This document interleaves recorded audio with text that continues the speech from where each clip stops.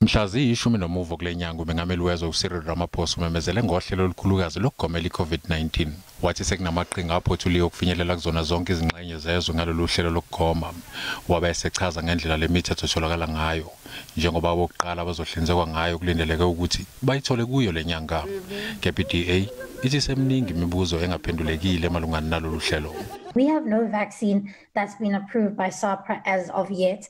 We don't know when the 1 million doses, which is in effect 500,000 doses, if you look at the fact that it's a double dose that is needed, is going to be arriving in the country.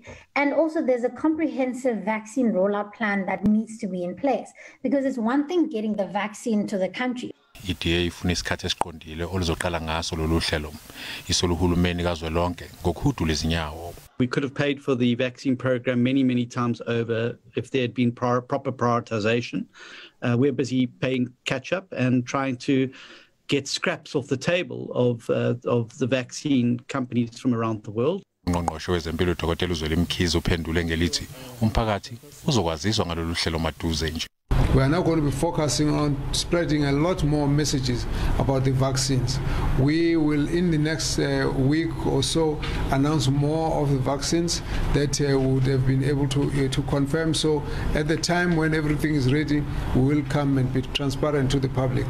IDA ithi ukuze umphakathi waziswe ngohlelo ozothola ngalo ukugonywa kudingeka kube nendlela ecacile yokuxhumana nawo.